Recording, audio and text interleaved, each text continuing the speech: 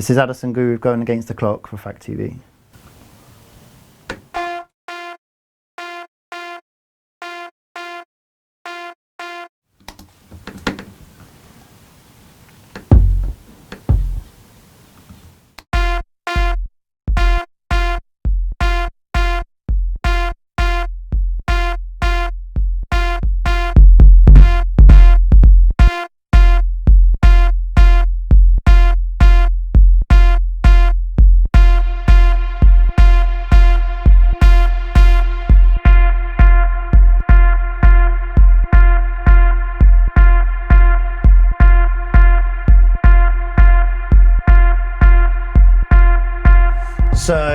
So I've got, that's like the sample. I just put some reverb on it.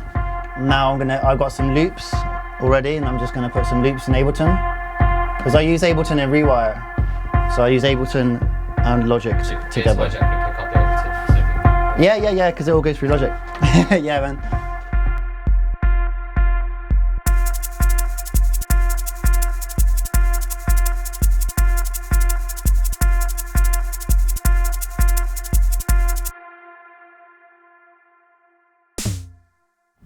Alright, so I'm gonna get some. I've got like I use battery. I'm just gonna get some samples I've already got in there. Drum sounds, 808 of course. So there's an 808.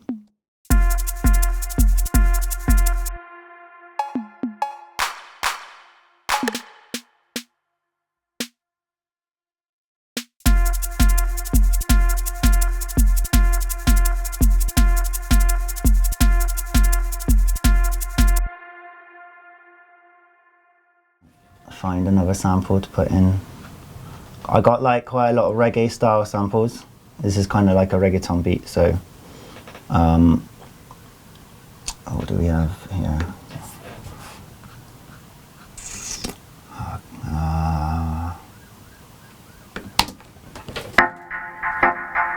Yeah, we'll use that.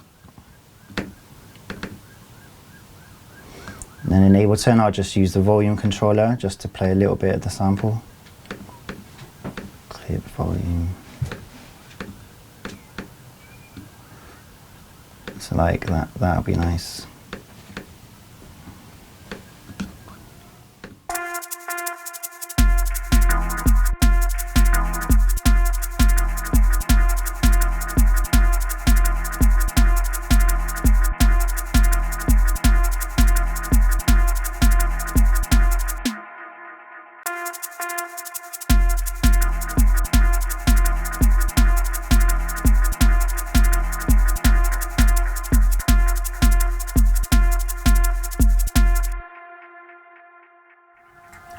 Like I said, I sampled some coconuts recently. Oh no. Oh god, what the fuck. Mouse pad is just dodgy as hell. Sampled some coconuts, think they sound kind of good, so I'm going to put them in there as well on this one.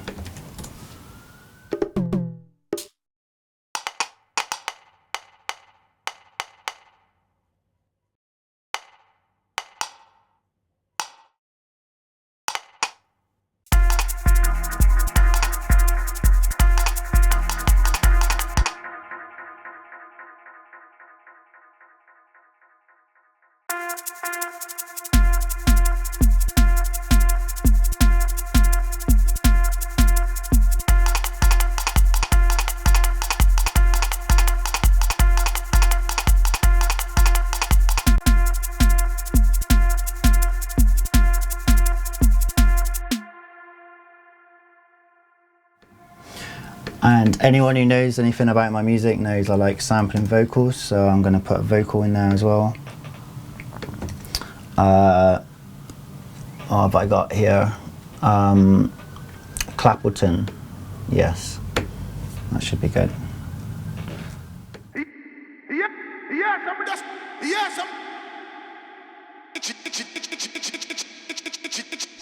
Yeah, that's cool.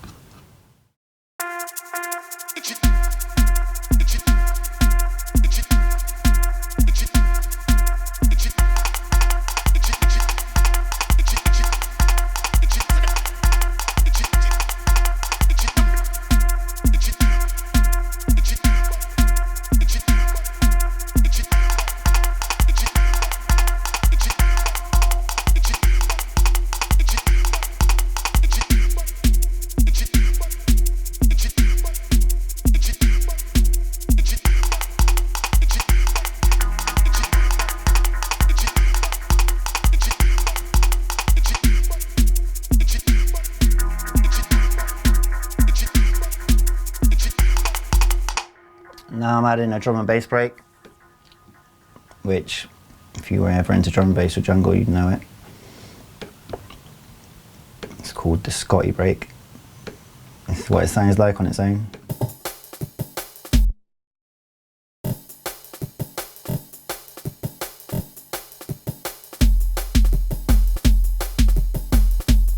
But I'm not going to use the old break, I'm just going to use part of it. So using the full volume controller, I'll just cut some of it up like that.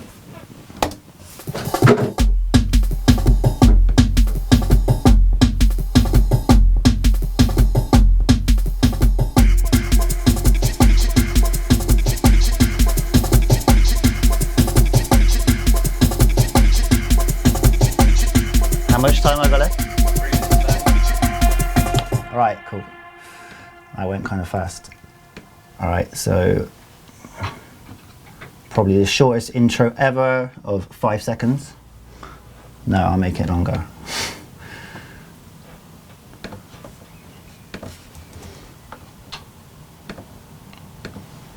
Yeah, this is a lot more difficult than it sounds, you know. You're like, do you want to do a 10-minute challenge? I'm like, yeah, of course I do. And then, like, you know, 10 minutes is already gone. I'm like, shit, I haven't even arranged anything yet. Anyway, shit, that's the wrong side.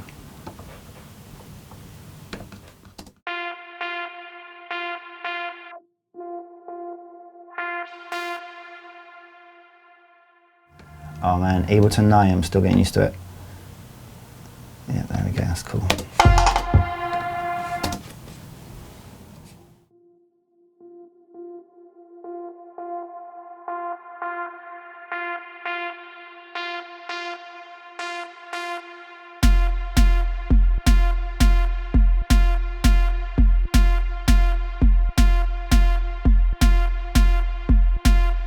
How long?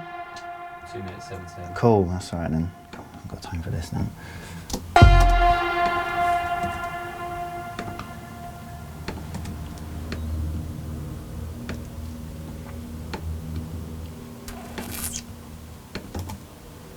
Ah, shit.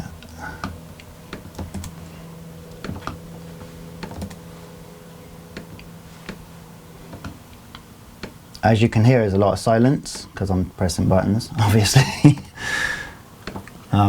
But it will sound right, I'm pretty sure of that. So 6.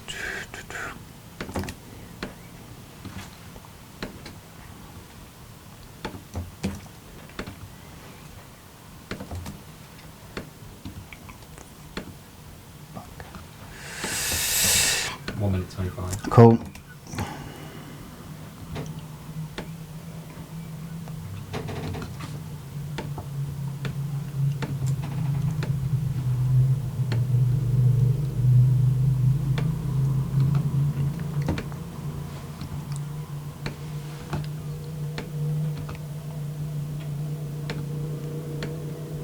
One minute?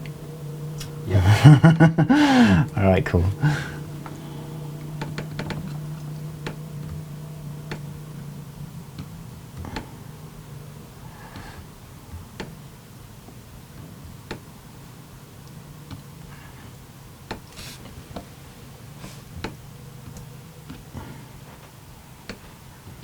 Anything left? How long? 35. Alright, cool. Gonna get a crash, like a cymbal. Just reverse it, and then I'm gonna assume it sounds good. It's an 808 cymbal, so it should sound good. 20. Alright, cool. Ah, shit. Master, right, rewind, right.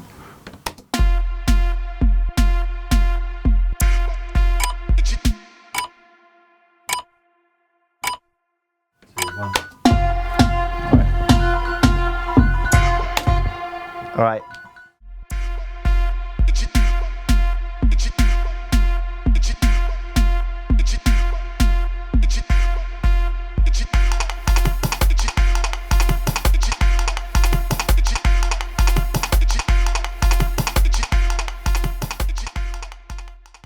I've just got these channels here, like auxiliary channels that it like says rewire.